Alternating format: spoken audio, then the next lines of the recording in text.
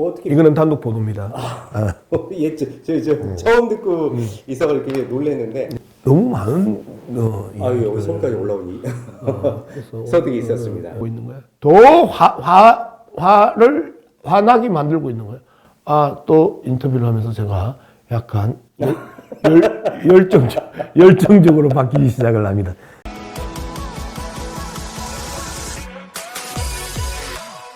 예, 의원님 먼저 더불어민주당 선정 우수 의원이 되신 거 축하드리겠습니다. 쑥스럽습니다. 초등학교, 중학교 개근상 받고 나서 네. 처음으로 상 받았습니다. 그랬어요. 아니 훌륭한 일 많이 하셨는데 그동안 상을 아니 제가 훌륭한 일을 했겠습니까? 막말, 고성, 경로, B급 정치인 양문석이 뭘 훌륭한 이야기를 막말, 고성, 경로 이런 거는 나 진짜 금메달 한 10개나 있겠다. 그래요? 이번에 가장 선정된 이유 중에 하나가 네. 국정감사에서 KTV의 행태에 대해서 잘 예. 그 얘기를 좀 짚어보도록 하겠습니다. 네. KTV가 윤 대통령 관련해서 영상을 네. 유튜브들이 쓴 걸 가지고 그걸 찾아내고 삭제하라. 네. 그리고 하지 않으면 고소하겠다. 예. 이렇게까지 했었잖아요. 예. 어쨌든 KTV가 김건희 TV, 김스 TV라고 이제 지정을 하면서 KTV의 문제점을 이제 우리가 22대 들어와가지고 최초로 이제 들추기 시작을 했었는데요. 대표적으로 KTV가 김건희의 심리 경호 TV로 전락했다는 부분을 이제 많이 지적을 했었거든요. KTV가 유튜브에 걸려 있는 47개의 동영상 중에 39개를 김건희 관련을 고소 고발하고 그리고 삭제시키는 행태를 보였단 말이에요. 그래서 이번에 탄핵이 답이다를 불렀던 백자, 가수 백자 TV를 또 고소했고, 그 다음에 건진 사이다를 실질적으로 고소를 했습니다. 법적으로 문제가 없는데도 불구하고 그들의 창작 활동, 그 다음에 방송 활동을 방해하기 위해서 한 부분입니다. 공공저작물에 관한 공공저작물이라면 국가와 세금으로 만들어진 저작물은 그것을 만든 사람들에게 허가를 받지 않아도 되도록 저작권법이 보장을 하고 있거든요. 그래서 어떤 시민들, 어떤 국민들도 사용할 수 있도록 했는데 그들이 유독히 김건희와 관련된 걸 39건, 그 다음에 윤석열과 관련된 거 8건 이렇게 해가지고 삭제를 했었어요. 오히려 윤석열보다 김건희 심리 경호하는데 더 많은 시간들을 썼다라는 게 우리가 이제 모니터하면서 이제 확인했던 부분이고, 그 다음에 또 고소 고발하는 것도 재밌어요. 김건희 팬클럽에서 고발해라 하면 그 다음 날 바로 고발해버리는 이런 황당한 우연일치들이잖아요. 지들은 우연의 일치다. 그리고 창구하지 않았다 하는데 김건희 팬클럽의 사이트를 보면서 건진사이다와 백자TV를 고소고발했다는 부분에 대해서도 경악을 금치 못하는 부분이죠. 예. 사실 KTV 같으면 문화체육관광부 소속 네네. 매체잖아요. 네네. 근데 이제 정부 세금으로 운영되는 건데. 그렇죠. 그러면 아무리 정부 홍보하는 방송이라고 해도 네네. 공공성을 띄어야 되지 않을까요? 그런 부분에 대해서. 예, 기본적으로 공공성을 띄야죠. 세금이 들어가는데 공공성을 안 띄면 그거는 행영행위죠. 그래서 저는 KTV가 언론이라고 이야기를 하는데 도대체 언론이 가지고 있는 최소한의 공정성과 객관성이 담보가 되고 있느냐라는 부분에 대해서 제로다. 라고 생각을 합니다. 그리고 거기가 이제 노획물이거든요. 권력을 잡으면, 자기들끼리 나눠 먹는 노획물로 취급하고 있더라, KTV를. 그래서 KTV의 주요 직책을 맡고, 그리고 김건희한테 황제 공연 상납하면, 그러면 대통령실로 영전해가는 이러한 또 하나의 루트가 KTV라는 루트를 통해서 김건희한테 아부 떨고 아부 뜬 놈 중에 특출하게 잘 뜬 놈은 영전해서 거기에서 또 큰 소리 치고 이런 이 행태들이 계속 반복되어 왔다.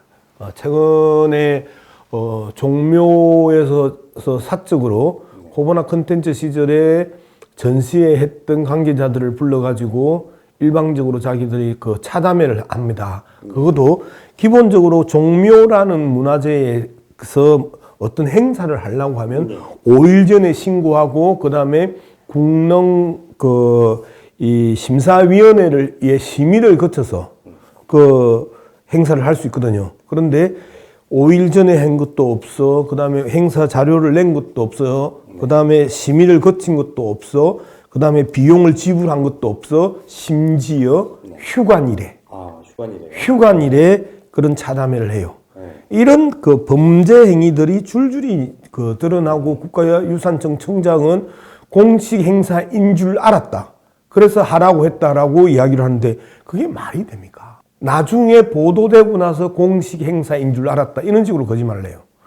그래서 이들이 그 국악인들 불러서 무료 공연하고 공연 또 그 수천만 원을 들어서 공연 황제 관람시키고 황제 공연 상납하고 그다음에 이러한 그 문화유산에서 일방적으로 아무런 절차를 거치지 않고 또 그 차담회 열어주고 장소 제공해주고 심지어 경복궁과 다른 궁에서 탁자나 소반을 빌려오고 이런 그 황당무계한 일들을 벌였던 게 그동안 김건희와 관련된 모든 것은 탈법과 불법의 범벅이었다. 저는 그렇게 정리하겠습니다. 이 정부가 특히 보면 뭐 윤석열 대통령보다 김건희의 한마디가 더 사람들이 뭐 신중하게 듣고 바로 즉각 행동하는 그런 태도를 많이 보였잖아요. 그렇죠. 그게 그 대통령이 움직이는데도 기본적인 절차가 있는 거거든요. 그런데 김건희가 움직이면 절차가 없어져 버려요. 예를 들어서 또 하나를 이야기하면 언론재단의 행사가 있었는데 갑자기 이 행사가 장소를 변경을 해야 돼서 김건희가 언론재단에 전화를 하니까 행사장이 나타나요. 그리고 대여가 돼요. 이런 것들이 그 본인이 왕비, 항후 정도로 생각을 하는 자리가 대통령의 부인 자리였다고 생각을 하는 거고, 그 다음에 정말 나쁜 놈들은 그것에 맞춰준 놈들이에요. 그렇죠. 절차가 있다는 걸 충분히 알려주고 이렇게 하셔야 됩니다라고 해야 되는데. 그렇죠. 언론진흥원의 이사장 같은 작자들, 그 다음에 KTV의 원장 같은 작자들, 국가유산청의 청장 같은 작자들, 이 작자들이 그렇게 다 허용해 준 거 아니에요. 모든 절차를 무시하고. 그리고 끊임없이 거짓말하고 자료 제출 안 하고, 그리고 한 개씩 제보를 받아서 그 공개되면 그때 죄송합니다 하고 변명하고, 이런 행태들이 김건희를 둘러싸고 있는 문화체육관광 쪽 영역에서 그 누차 발생했던 사건이었고, 지금 제가 말씀드린 것은 올해에 있었던 일만 말씀드린 겁니다.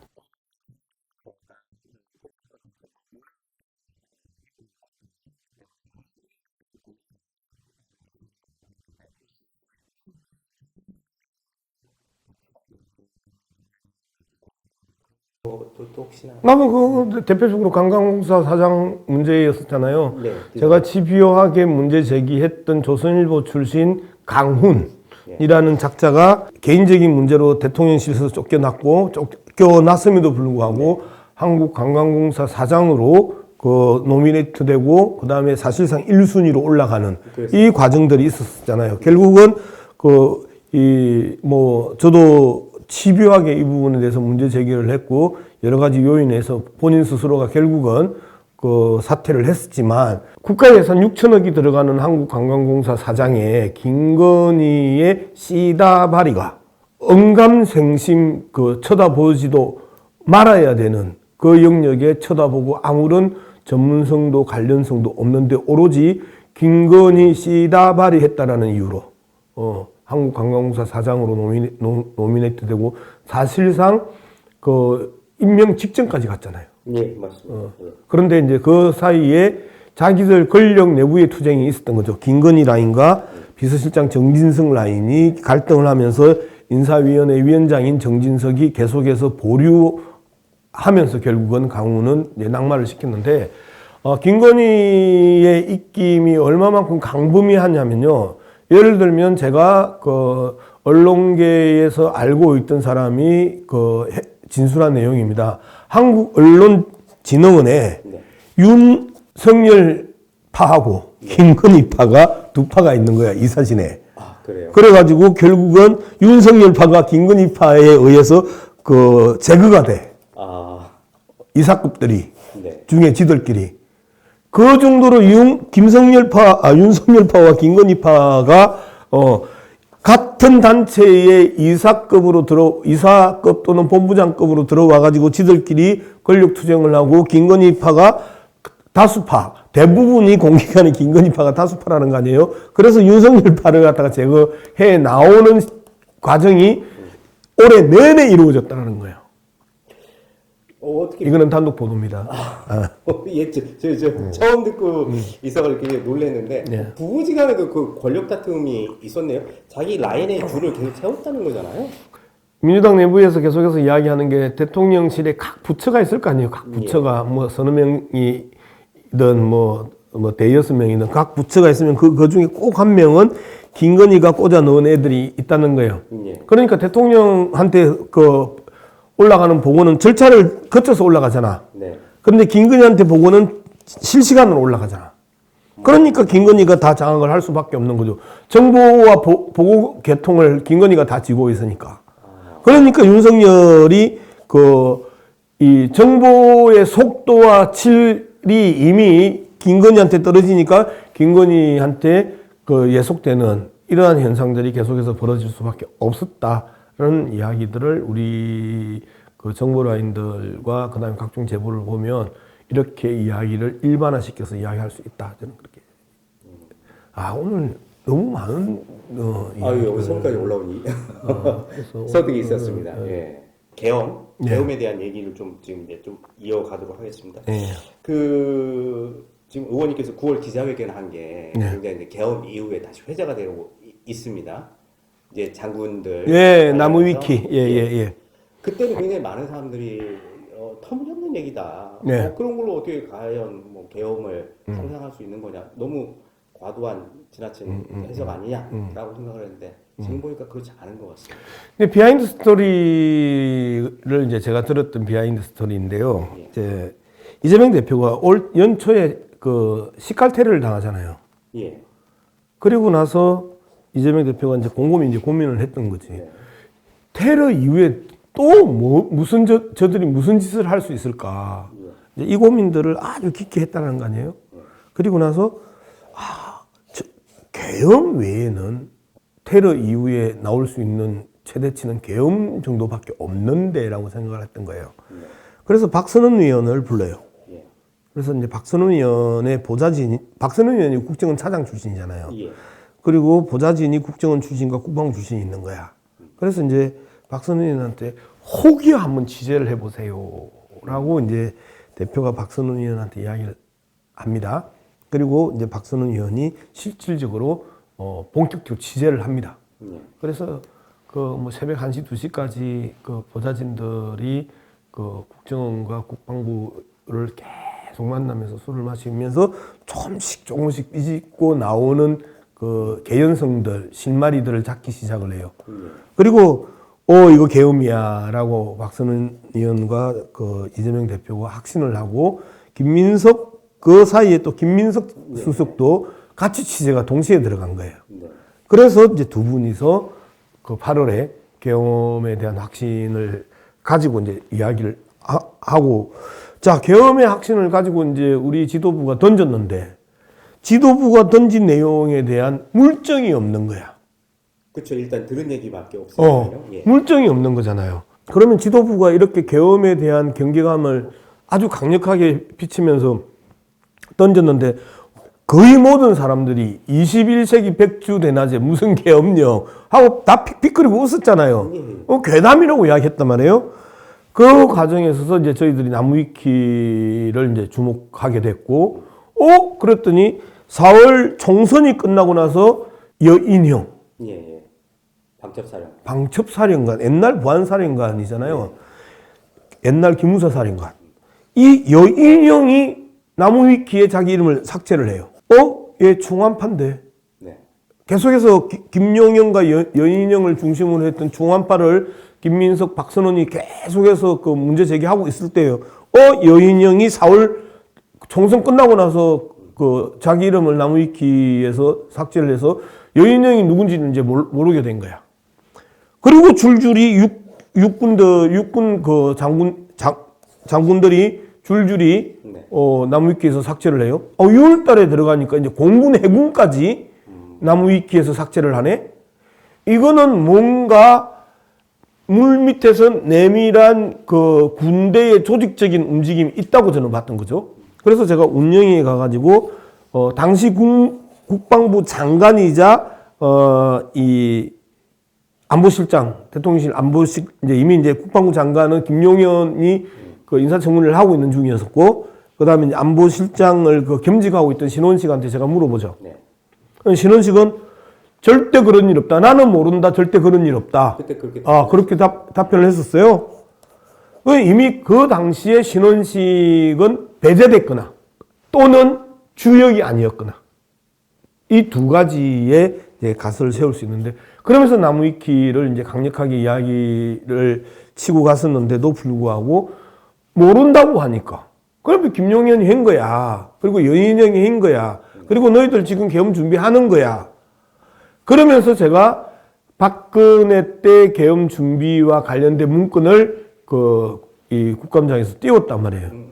절대 아니라는 거지. 근데 그대로 된 거잖아요. 그렇죠. 결국은 이들 중에 이제 신원식 같은 경우에는 몰랐거나 비주류였거나 이제 요 정도의 영역이었고, 윤석열, 김용현, 여인영으로 이어지는 이 축들에 의해서 결국은 있을 수 없는 계엄이 떨어지고 내란 폭동이 일어난 거죠.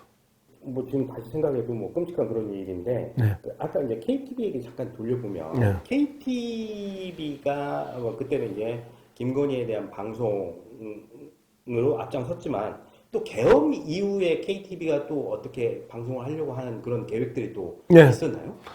KTV가 사실상 이제 실황 그 중계를 하려고 이제 연락을 받았다가 또 뭐 좀 있다가 또 취소됐다고 하고 또 연락을 받고 하면서 이제 오락가락 했는데, 그 부분에 대해서는 수사가 필요한 영역입니다. KTV의 원장 이현호와 그다음에 그 본부장, 그다음에 그 편집국장 이들이 인지하고 있었을 가능성이 높다라고 저희들은 보고 있는데, 일단 본인들은 아니라고 잡아떼고 있는 상황이니까 그 부분 수사가 필요합니다. 방송을 준비하고 있었다면 구체적으로 어떤 방송을 준비하려고 했던 건가요? 그러니까 이제 그들이 이야기하기에는 어떤 방송인지는 모른다. 일단 실황 중계를 해야 되니까 준비해라. 네. 라고 이제 대통령실에서 오다가 내려오고 준비를 하고 있었는데 갑자기 또 취소됐다라고 이야기했다가 또 갑자기 준비해라. 뭐 이게 오락가락 했던 모양이에요. 아무튼 개헌 선포 이후에 KTV가 어떤 방송을 KTV는 알고 있었다고 저는 생각을 하지만, 네. 이거는 좀 더 많은 취재가 있어야 될 것 같고 본격적인 수사의 대상이다, 저는 그렇게 생각합니다. 예, 그 부분에 대해서도 짚어봐야 된다 이렇게 말씀하셨는데, 그 개헌 프로그램 보니까 네. 실제 뒤떨어진 예전에 전두환 시대나 있었던 내용들이잖아요. 뭐 국회 뭐 정당 활동을 금지한다. 그리고 모든 언론은 계엄사령관의 뭐 명령을 따른다. 네. 이게 사실 지금 상황에 맞지 않는 이게 그렇죠. 강령이잖아요. 그 이제 계엄법과 관련돼서는 군사적 목적이 있어야 네. 언론을 통제할 수 있거든요. 그런데 군사적 목적과 상관없이 모든 언론은 계엄사의 통제에 따른다잖아요. 이제 이 부분이 불법이라는 거예요. 그죠? 계엄법 자체를 엎은 거예요. 군사적 필요가 있을 때만 언론을 통제할 수 있거든. 근데 이제 그 부분이 빠졌기 때문에 그 자체가 불법인데, 그러면 문화부가 포고령 3호에 대한 불법성에 대해서 고소를 해야 될 거 아니에요. 헌법의 그 표현의 자유, 언론의 자유, 출판의 자유를 감당하고 있는 부서가 문화부예요. 그러면 문화부가 언론을 일방적으로 통제하려고 했고, 언론을 탄압하려고 했고, 언론을 탄압하는 포고령 3호를 던졌음에도 불구하고 여기에 대해서 침묵하고 있으면 임무방기죠. 직무유기죠. 그러면 여기에 대해서 자기들이 그 유감에 대한 입장을 표명을 하든, 그 다음에 고소 고발을 하든, 그 사후 조치를 문화부가 함으로써 헌법적 가치를 지키고 수호하는 의지를 보여줘야 되는데, 이들이 여기에 대해서 한마디도 안 했단 말이에요. 침묵했단 말이에요. 그래서 제가 지난 주 현안 질의 때 그렇게 화를 내면서 당신들이 필요 없다. 너희 같은 공무원들 필요 없다. 장관, 차관, 그 다음에 실장, 담당국장, 너희들은 그만둬야 돼. 그리고 너희들은 반란 동조자야라고 이야기했던 게 불법적 계엄령, 포고령이 났음에도 불구하고 여기에 대해서 어떤 입장도 이야기하지 않고 침묵했다.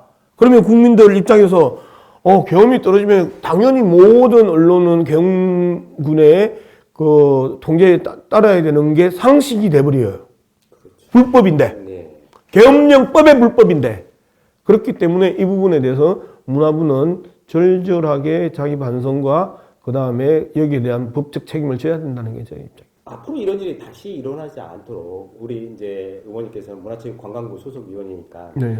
언론을 담당하고 계시잖아요. 네. 계엄을 하면 가장 먼저 이제 군인들이 들어가는 것 중에 하나가 이제 방송사인데 그런 이제 언론 장악에 대해서 어떻게 하면은 좀 더 자유롭게 이렇게 언론의 활동을 할 수 있게 지켜낼 수 있을지. 저는 일벌백계해야 된다고 생각을 합니다. 그래서 이번에 포고령 3호 모든 언론은 군에 의해서 통제돼야 된다는 이 부분에 대해서 침묵했던 문화부 라인들이 다 내란 동조자로 다 처벌받아야 되는 거고요. 두 번째, 이들의 처벌이 사면돼서는 안 됩니다. 네. 반란과 관련했던 그 어떤 행위는 이후에 감형이 있으면 안 된다. 이들이 감형되고 사형받았다가 무기징역 받았다가 사면되고 하는 모습이 계속해서 45년 동안 교과서에 숨어있던 계엄령이 세상 밖으로 튀어나오고 국민을 향해서 총구를 들이대는 군사 반란이 일어난 이러한 행태들은 그 당시에 제대로 처단하지 못했기 때문에 발생하는 문제이기 때문에 철저하게 이 부분에 대해서는 관련 모든 자들이 정말 이 일벌백계의 심정으로 철저하게 처단해야 된다라는 게 제 기본적인 입장입니다. 그리고 아무리 시스템과 법을 잘 만들어놔도 이미 총칼을 들고 무력을 가지고 있고 수사권과 기소권을 쥐고 있는 검찰이나 그 다음에 군대가 움직이면 못 막아요. 그렇죠. 일단 벌어지면 어떻게 할 수가 없죠. 예. 그리고 만약에 성공을 했었으면 어떻게 됐을 것 같아요?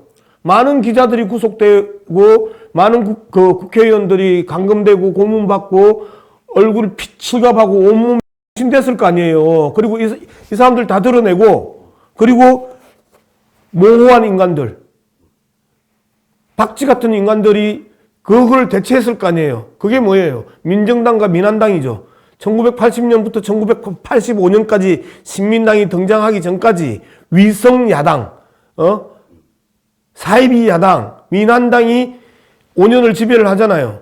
그러면서 전두환 군사 독재 정권에 대해서 한마디도 못하고, 야당 흉내만 내는, 즉, 권력에 대해서 감시와 비판과 견제의 의지가 없는 작자들을 헛수아비처럼 앞에 내세워가지고 민주주의가 진행되는 것처럼 이렇게 됐을 거 아니에요.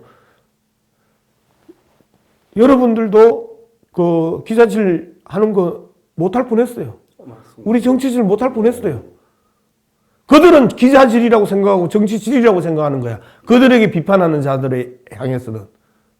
그래서 범죄 집단의 소굴이라고 국회를 규정했고 언론 또한 범죄 집단 소굴에 부역하는 자들이라고 윤석열과 그 일당들은 우리를 그렇게 규정을 했던 거예요. 헌재에서 어떻게 한다, 그 다음에 소환 조사에 대해서 불응한다, 온갖 잡지를 다 해도 그 잡질은 아무 의미가 없어요. 이미 국민들이 완전 무장한 군인들이 선관위에 들어가는 모습, 그 다음에 국회로 들어와서 총구를 시민 앞에 대는 모습, 유리창을 깨고 들어가는 모습, 그리고 복도를 점거하는 모습을 다 봤단 말이야. 그게 내란 목적의 폭동 아니야? 그걸 법기술로 빠져나갈 수 있다고 생각해요? 불가능해요. 국민들 양만 올리고 있는 거야. 더 화나게 만들고 있는 거야. 또 인터뷰를 하면서 제가 약간 열정적으로 바뀌기 시작을 합니다. 그만합시다. 예, 알겠습니다. 아무튼 앞으로도 계엄의 그 가려진 진실들을 파헤쳐 주시고 네. 그 부분에 대해서는 엄단할 수 있도록 노력. 고맙습니다. 네.